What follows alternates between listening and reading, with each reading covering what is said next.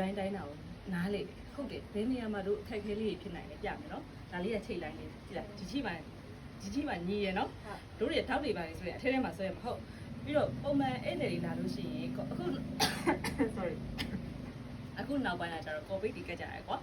အဲ့ဒါတနာမရှိဘူးဒါပေမဲ့ COVID အချင်းနဲ့မကက်ချင်တဲ့ဧည့်သည်လေးရှိတယ်ဟုတ်လားအဲ့ခါကျတော့တို့ကဆွဲမယ်ပေါ့နော်ဟုတ်ပြီဒီရှိထိကတော့စမှုဖြစ်တယ်ဧည့်သည်နဲ့ကိုအေးဆေးပဲဒီတဲလဲဆွဲတယ်ဆိုတော့ဒီမှာအမြင်နေနဲ့ဟုတ်လားတို့တွေကစကေးတိကျဆွဲမယ်ဆိုလို့ရှိရင်ခဲပြားနဲ့ဆွဲမယ်ဆိုရင်တော့ point ကအထုတယ်လေဟုတ်လားခဲပြားလေးကသူ့ရဲ့ဒူးတွေကတို့တစိမ့်ရှိတယ်လက်မနဲ့ဆိုရင်ဟုတ်ဒီလိုဘိုးပင်လေးဆိုလို့ရှိရင်တော့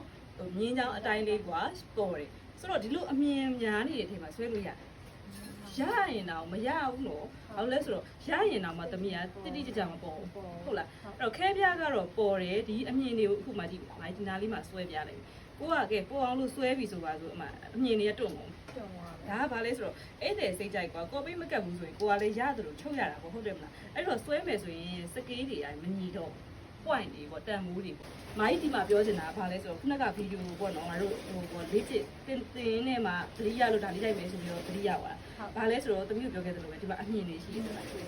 တောက်ဆွဲလို့မလွယ်တော့ဘူးနော်မလွယ်တော့ဘူးဆိုတော့တို့ကဒီတင်မောင်ကိုလွယ်မဲဘက်မှာတစ်ချက်ဖွာအောင်လို့နော်အလှဘက်မှာတစ်ချက်ပေါ်အောင်လို့ခုနကမှတ်ထားတဲ့ဘောင်ခတ်ဖို့အတွက်ဒီမှာတစ်ချက်ဟုတ်ပြီနော်လှတဲ့ဘက်ဆိုဆွဲလို့ရတယ်တို့လားနော်အော်ဒီဘက်မှာတစ်ချက်လုပ်မယ်ဒါကခြေလိုင်းတွေကိုကော်ပိတ်မကတ်ပဲချီညင်နေအရန်ရှုံနေလို့ရှိရင်နီလန်းတစ်ခုပြပြအဲ့တော့လွယ်ကူမဲ့နီလန်းတင်ပေါင်လည်းသတ်မှတ်ပြီးသွားပြီဆိုတော့တင်ထောင်းမှတ်မယ်တင်ထောင်းပတ်တယ်ဆိုတာဘယ်မှာသွားထိုးမှလဲထောက်ကခါးမှာထိုးမှဟုတ်တယ်နော်ခါးကသူတိမ်နေနေရမှာခါးကိုသွားထိုးချင်တာထောက်ကတင်ပတ်လည်းမဟုတ်ဘဲနဲ့ခါးပတ်လည်းကိုသိရထောက်ထိုးတယ်ဆိုတော့ခါးပတ်လည်းကဘယ်လောက်လဲ28ဟုတ်တယ်နော်ဒါမှတ်ထားမှာပေါ့လေကိုကဒီကြောင်နော်ဆွဲနေရဆိုတော့28ကိုဘာနဲ့စားမလဲတော်တယ်နော်တော်တယ်သူပြောရမယ်နော်ဒီတင်တန်းသူ4နဲ့စားတော့ဘယ်လောက်ရလဲ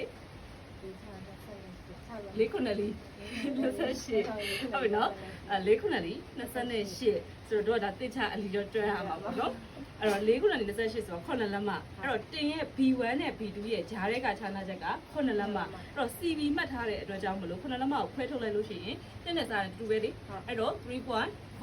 3.4အဲ့တော့အလေးစင်တာကနေဘယ်နဲ့ညာနဲ့ကိုမှတ်မယ်ဟုတ်ပြီနော်မမရဲ့ပြန်မှတ်မယ်3.4အခဲ